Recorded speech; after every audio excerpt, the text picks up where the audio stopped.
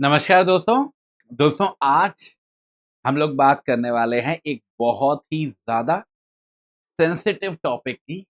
वैसे दोस्तों एक सच्चाई बताऊँ, मैं हमेशा थोड़ा-सा बचता हूँ सेंसिटिव टॉपिक्स को डिस्कस करने में, पर आज मैंने सोचा कि क्यों ना थोड़ा-सा अपनी ज़िम्मेदारी को भी निभाया जाए और एक ऐसे टॉपिक को पकड़ा जाए जहाँ से ना केवल हमारी समझ बढ़े, कानूनी ज्ञान बढ़े, बल्कि एक सेंसिटिविटी भी जागे और हम थोड़ा-सा अवेयर हों हमारी सराउंडिंग्स के बारे में। क्या है मुद्दा? मुद्दा है दोस्तों ऑनर किलिंग का। देखिए दोस्तों, हमारा देश over a period of time बहुत डेवलप हुआ है और डेवलपमेंट की जब मैं बात करता हूँ केवल इकोनॉमिकली नहीं है, कमर्शियली नहीं है। हम लोग अपने मानसिक स्तर पर भी, हमारी अंडरस्टैंडिंग के स्तर पर भी हम लोग बहुत आगे बढ़े हैं। इसमें कोई डाउट नहीं है। जितनी एडेप्टेबिलिटी हमारे भारत देश ने दिखाई है, मुझे नहीं लगता किसी अन्य देश ने दिखा पाई है आज तक। हमने जहाँ से शुरुआत करी थी और हम जहाँ तक पहुँचे हैं, हमें अपने ऊपर प्राउड होना चाहिए, इसमें कोई डाउट नहीं है। But at the same time दोस्तों, कुछ ऐसी चीज़ें हैं, कुछ ऐसे मुद्दे हैं, जो समय के साथ खत्म हो जाने चाहिए थे, जो कम तो हुए हैं, पर पूरी तरीके से अभी तक मिट नहीं पाए हैं। और बारंबार ऐसी चीज़ों से हमें सामना करना पड़ रहा है, जो हमारे देश के लिए एक बहुत बड़ा दाग है। हमारे देश की गरिमा के ऊपर एक धब्बा है। हमारी अंडरस्टैंडेबिलिटी, हमारी सेंसिबिलिटी के लिए एक बहुत बड़ा क्वेश्चन है। मैं बात कर रहा हूँ दोस्तों ऑनर किलिंग।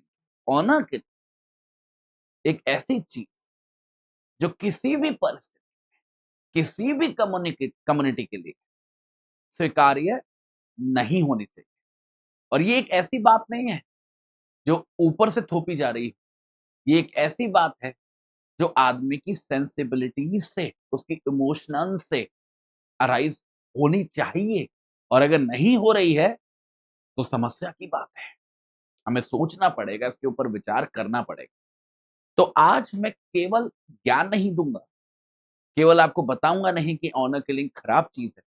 आज लीगली समझने की कोशिश करेंगे कि वो ओवरऑल कॉन्टेक्स्ट क्या बनता है, जब भी कोई ऑनर किलिंग की घटना होती है और उसके बारे में क्या सिचुएशंस अराइज़ हो सकती हैं और उनसे कैसे हैंडल करना है, वो भी बहुत ज़रूरी है समझना। क्योंकि देखो, देश को बदलने की ज़िम्मेदारी हम देश के लोगों पर ही है और कोई भी बड़ा बदलाव लाने के लिए कदम भी बड़े उठाने पड़ते हैं। तो इसी रियलाइज़ेशन के साथ शुरू करते हैं दोस्तों आज के सेशन को।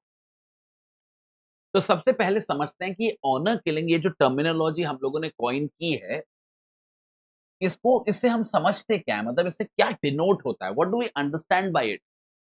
तो सबसे पहले इस शब्द की डेफिनिशन समझो। तो ऑनर किलिंग ये ऐसी सर्कमस्टांस को डिनोट करता है जहां पर कुछ परिवार के सदस्य या कम्युनिटी के लोग अपने पारिवारिक सम्मान को बचाने के लिए या अपनी कम्युनिटी से जुड़े हुए प्राइड को प्रोटेक्ट करने के लिए या उसको रिस्टोर करने के लिए हत्याएं करते हैं। क्या करते हैं? हत्याएं करते हैं। और आम तौर पर ये हत्याएं शादी ब्याह से संबंधित चॉइसेस पे आधारित होती है। अब देखो, आप सभी लोगों के लिए कोई नया शब्द तो है नहीं। आपने कई सारी मूवीज इसके ऊपर देखी होंगी, कई सारी कहानियां पढ़ी होंगी, सुनी होंगी, अखबार में देखा होगा।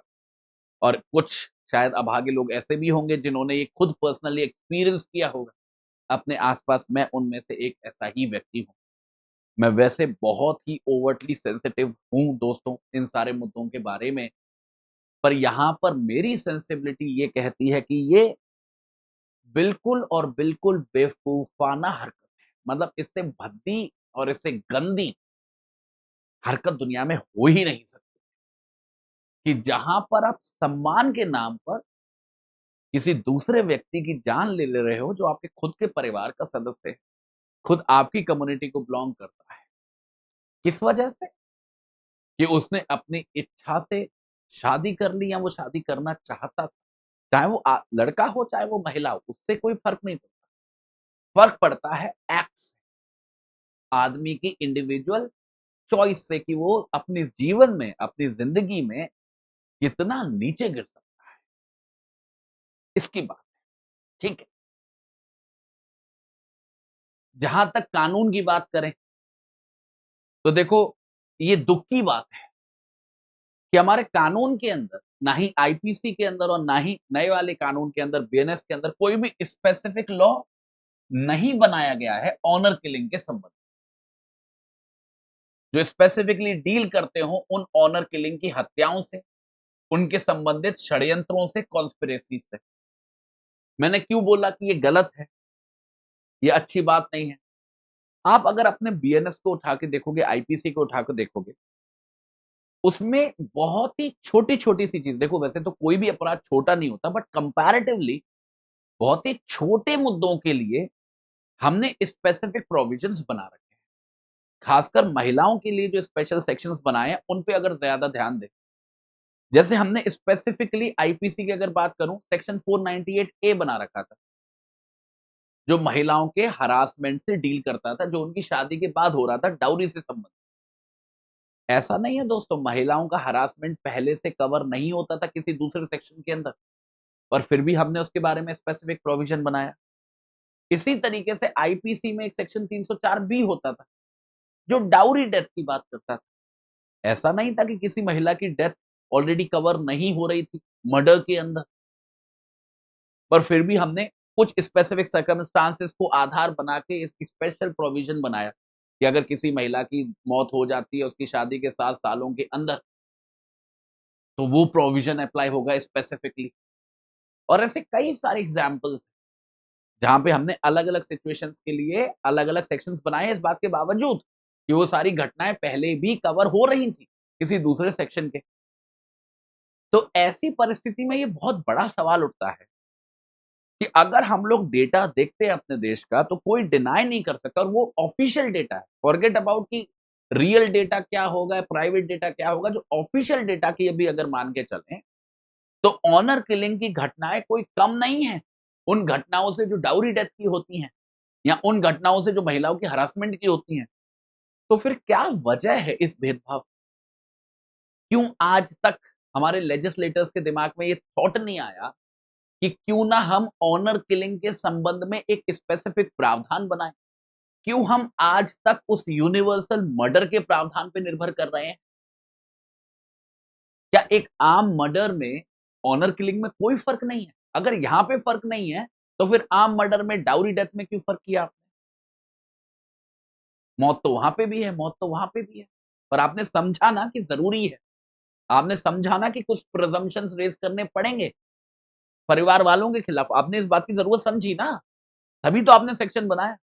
ऑनर किलिंग के संबंध में आपको ये ज़रूरत नहीं लगती है कि अगर किसी बच्चे की मौत हो रही है और उसके बारे में कुछ ऐसे एविडेंस निकल के आ रहे हैं कि उसने अपनी इच्छा से शादी कर ली थी, या उसके बारे में वो लड़ रहा था, या उसने उसके बारे में कोई शिकायत करी थी, तो उसके परिवार वालों के खिलाफ कोई प्रिजम्पशन रेज़ किया जाए? क्या दिक्कत है उस बात में? क्या परेशानी है उस चीज़ में? क्यों आज तक इस बात का डिस्कशन भी नहीं हुआ? और अभी आया है बीएनएस पिछले साल, क्यों है ऐसा? क्या कहीं न कहीं हम खुद भी डर रहे हैं, अपने सोसाइटी के उन एलिमेंट से, कि हम स्पेसिफिकली उस इश्यू को एड्रेस करने को तैयार नहीं है? क्योंकि अगर हमने उस इश्यू को एड्रेस कर लिया, तो हमने स्वीकार कर लिया कि ऐसा हो रहा है हमारे देश में। कब तक डिनायल में रहेंगे हम लोग? कब तक अखबार की केवल सुर्खियाँ ही बनी रह जाएँगी ऐसी घटनाएँ? मैं पता है क्यों कह रहा हूँ दोस्तों, समझिए। देखो, लगाने को हमारे पास सेक्शन है मर्डर का, लग जाएगा, पर मर्डर साबित करना बहुत मुश्किल है। आपको बियॉन्ड रीज़नेबल डाउट साबित करना पड़ता है कि किसी दूसरे व्यक्ति ने हत्या की है, तब जाके अपराध साबित होगा। सज़ा वहाँ पे भी कम नहीं है, वहाँ पे भी डेथ पेनल्टी का प्रावधान है, वहाँ पे भी लाइफ इम्प्रिज़नमेंट है, पर बात सज़ा की नहीं है। सज़ा तक तो तब पहुँचोगे ना जब अपराध साबित होगा, पर अपराध साबित करना कितना मुश्किल है। इसीलिए तो जैसे डाउरी डेथ के संबंध में स्पेसिफिक सेक्शन बनाया था, क्योंकि उसमें साबित करना बहुत आसान हो गया, क्योंकि प्रिज़म्पशन रेज़ हो जाता है। हम मान के चलते हैं कि परिवार वालों ने हत्या की है। अब परिवार वालों की ज़िम्मेदारी है कि वो बताएँ कि उन्होंने हत्या नहीं की है, तो इससे बहुत फ़ायदा होता है, कन्विक्शन रेट बहुत ज़्यादा बढ़ जाता है। अगर ऐसा ही ऑनर किलिंग के बारे में हो जाए, ऐसे हमारे पास एविडेंसेस हो कि हम परिवार वालों के खिलाफ प्रिजम्पशन रेज करें, तो यहां पर भी कन्विक्शन रेट बढ़ेगा और लोग कांपेंगे। जैसे डाउरी डेथ में बहुत गिरावट आई ना सेक्शन आने के बाद।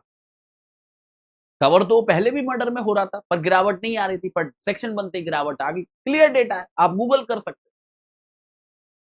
तो ऑनर किलिंग में भी अगर हम ये सेम स्ट्रैटेजी अपनाएंगे, then what is wrong in that? Conviction chances बढ़ेंगे, लोग डरेंगे, घबराएंगे ऐसी चीजों को करने से। कि केवल मूवीज देख देख देख के खुश रहते रहेंगे, या न्यूज देख देख के, या फिर न्यूज चैनल्स पे उसको स्कैंडलस बना बना के खुश होते रहेंगे हम। तो this is a big question कि why no legal initiative is being taken. अगर होता तो कुछ तो फर्क पड़ता, कितना भी माइन्यूट सही, कुछ तो फर्क पड़ता। चलो, जो भी है, कब सुबह होगी मुझे नहीं मालूम, बट अभी जो कानून है उसकी बात करूं तो सेक्शन 302 आईपीसी का, और नए वाले कानून में सेक्शन 103 जो मर्डर की सजा देता है, उसी में कवर करना पड़ता है हमको ऑनर किलिंग को। और जैसा मैंने आपको बताया, मर्डर की सजा कम नहीं है। मर्डर में डेथ दी जा सकती है, लाइफ इंप्रिजनमेंट दी जा सकती है, but that is not the question. Murder साबित करना बड़ा मुश्किल है दोस्तों, क्योंकि ऑनर किलिंग हुई होगी तो वो कोई पिक्चरों में भले दिखाते हैं कि रोड पे हो रही है, बट रियलिटी में ऐसा नहीं। वो घर की चार दीवारों के अंदर हुई होगी। How do you prove it? किस बच्चे को कहां मार के कहां फेंक दिया, how do you know it?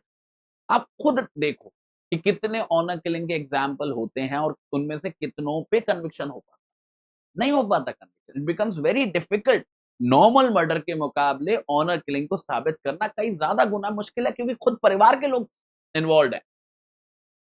और वो जो सर्कमस्टांसिस है जिसमें वो अपराध हो रहा है, उसके बारे में इंडिपेंडेंट एविडेंस का आना बहुत मुश्किल है। कोई विटनेस तैयार नहीं होगा दोस्तों।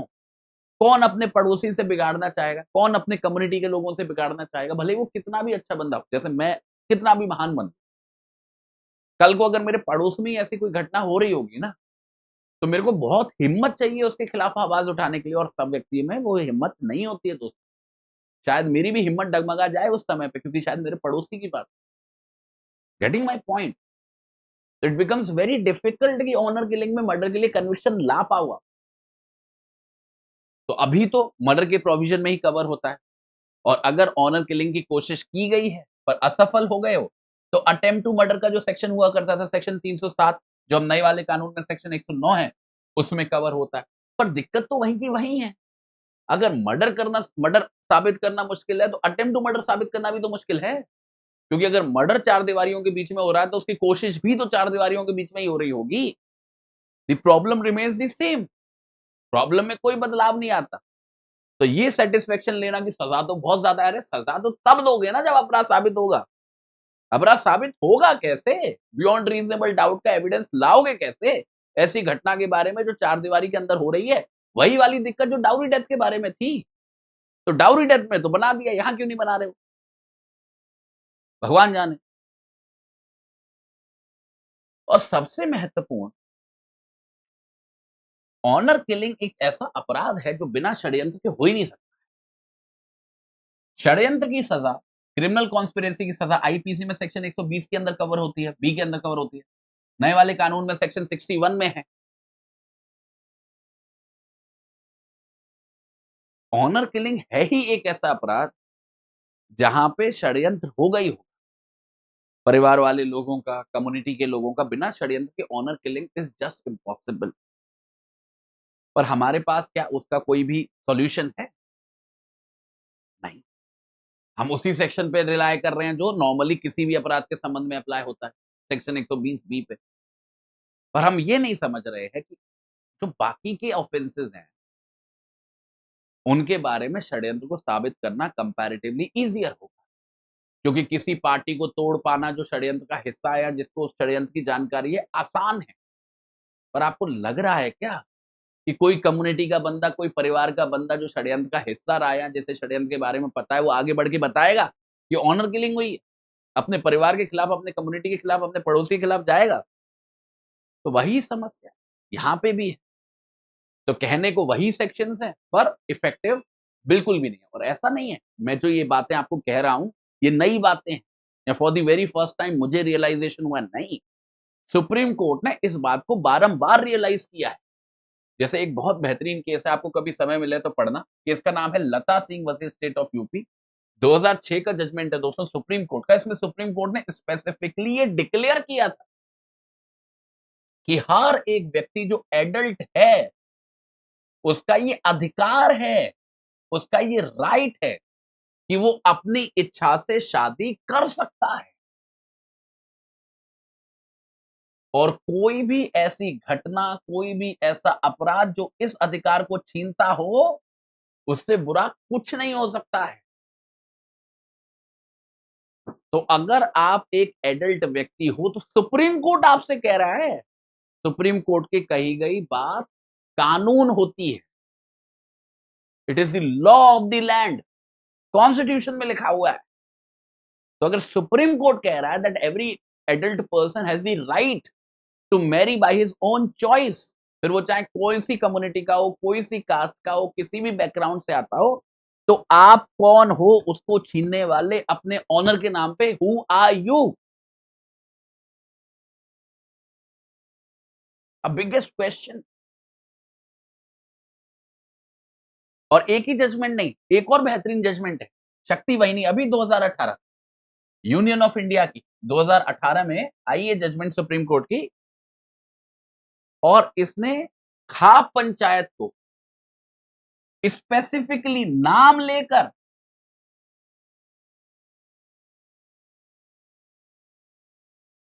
बोला कि ये बिल्कुल इलीगल है, इस इंस्टीट्यूशन की फंक्शनैलिटी।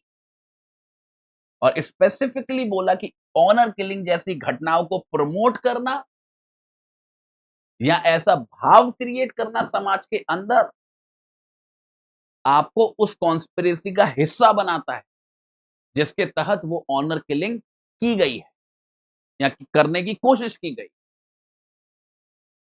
तो जब सुप्रीम कोर्ट नहीं घबरा रहा, जब वो आपको साफ-साफ बोल रहा है, तो आपको क्या दिक्कत है कि आगे बढ़कर आप उस इश्यू को एड्रेस नहीं कर सकते हो? यहां तक कि सुप्रीम कोर्ट ने तो ये तक बोल दिया दोस्तों कि आर्टिकल 21 के अंदर जो राइट टू लाइफ दिया गया है, उसका क्लियर कट वायलेशन है ऑनर किलिंग। जब आप अपने ऑनर के लिए किसी की हत्या करते हो, तो आप केवल अपराध नहीं कर रहे, आप एक फंडामेंटल राइट का वायलेशन कर रहे हो, which is one of the most essential fundamental right. और जैसे मैंने आपको बताया, खाप पंचायत के बारे में तो स्पेसिफिक डिक्लेरेशन बोला गया है कि ऐसे सारे इंस्टीट्यूशंस बिल्कुल गैर कानूनी है। तो ये है दोस्तों समस्या। और समस्या हम लोगों में से किसी से भी छुपी हुई नहीं है। दिक्कत ये है कि हम देख के भी अनदेखा कर देते हैं कि हमें क्या?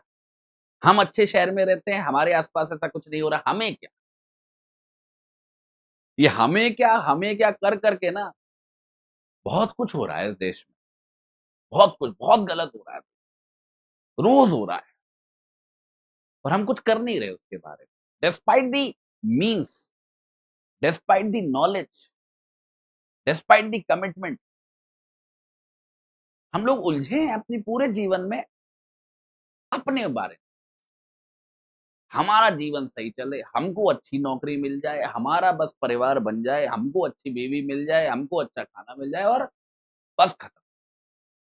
उसके आगे विचार जा ही नहीं रहे हैं, जिसकी वजह से ऐसे लोगों को बहुत मौका मिल रहा है मनमानी करने का, अपने कानून बनाकर कमज़ोर लोगों पे, विचारों पे लागू करो। क्या सॉल्यूशन है दोस्तों? क्या कर सकते हैं? देखो, सबसे पहले तो पार्लियामेंट को अपनी ज़िम्मेदारी समझनी पड़ेगी। It is a high time और स्पेसिफिक लॉज़ बनाने पड़ेंगे। जब आप डाउरी प्रोहिबिशन एक्ट बना सकते हो, तो ऑनर किलिंग प्रोहिबिशन एक्ट क्यों नहीं है हमारे देश में? क्यों नहीं है? क्यों नहीं है? ऑनर किलिंग की भी सबसे ज़्यादा विक्टिम्स महिलाएँ हैं। 80% केसेस में महिलाएँ ही विक्टिम होती हैं। 80% केसेस में। It is not a very small data. क्यों नहीं? पहला सवाल।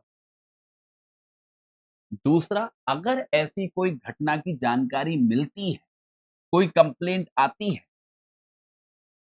तो क्यों हमारे पास ऐसे सिस्टम नहीं है कि उन बच्चों को, उन लोगों को पुलिस प्रोटेक्शन दी जाए? ऐसा क्यों नहीं है? क्यों एक ऐसी व्यवस्था डेवलप नहीं कर पाते हैं? अभी मैं आपको रीसेंट बात बता रहा हूँ, अपने लीगल करंट अफेयर्स की सीरीज़ में मैं एक केस पढ़ रहा था, लगभग 1 महीने पहले की बात है कि 2 एक बच्चा, एक बच्ची हैं, वो एक-दूसरे से शादी करना चाहते थे, वो घर से भाग गए हैं, उनके घरवाले उनको धमका रहे हैं, मारने की धमकी दे रहे हैं।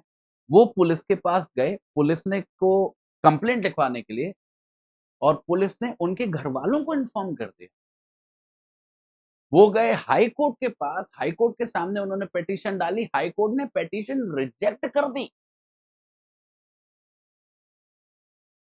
इमेजिन आज 2024 में 1 महीने पहले की बात बता रहा हूँ, मैं आपको 20 साल पहले की बात नहीं बता रहा हूँ। मैं कह रहा हूँ वो बच्चे कितने भी बेवकूफ सही या उनका फैसला एक-दूसरे से शादी करने का कितना भी बेहुदा सही, पर उनका अधिकार है, एडल्ट है। तो पुलिस का काम कानून को लागू करना है या फिर मोरल पुलिसिंग करना है कि बच्चे गलत कर रहे हैं। क्या काम है पुलिस का? क्या काम है हाई कोर्ट? हाई कोर्ट ज्ञान दे रहा है। हाई कोर्ट ज्ञान दे रहा है, मैं हाई कोर्ट का नाम नहीं लूँगा, क्योंकि आप सभी को पता है हमारा देश किस स्तर तक पहुँच चुका है। किस बात का कहाँ बतंगड़ बन जाए आपको खुद नहीं पता। और अगर आप रिसर्च करोगे तो आपको मिल जाएगा बहुत आसान। हाई कोर्ट ज्ञान दे रहा है कि सोसाइटी के प्रिंसिपल्स कितने महान होते हैं। तो सोसाइटी के प्रिंसिपल्स की महानता बनाने बताने के लिए हमने हाई कोर्ट एस्टेब्लिश किया है अपने इंडियन कॉन्स्टिट्यूशन के अंदर या कानून जो है उसको लागू करने के लिए। जब हाई कोर्ट ही सुप्रीम कोर्ट की जजमेंट को नहीं इंपॉर्टेंस दे रहा तो हम पार्लियामेंट को क्या ही दोष देंगे। अभी मैंने आपको जजमेंट दिखाई ना, सुप्रीम कोर्ट ने बोला है स्पेसिफिकली कि हर एडल्ट का राइट है अपनी इच्छा से शादी करे। Getting my point? तो यहां दिक्कत है। कैसे बदलें? पब्लिक अवेयरनेस लेके आए, जनता को जागरूक करें। जनता को जागरूक करेंगे तो उनके सोशल एटीट्यूड्स बदलेंगे। पर मैं बताऊं सच्चाई मैं बड़ा पेसिमिस्टिक लगूंगा आपको, कुछ नहीं होता। कुछ नहीं होता।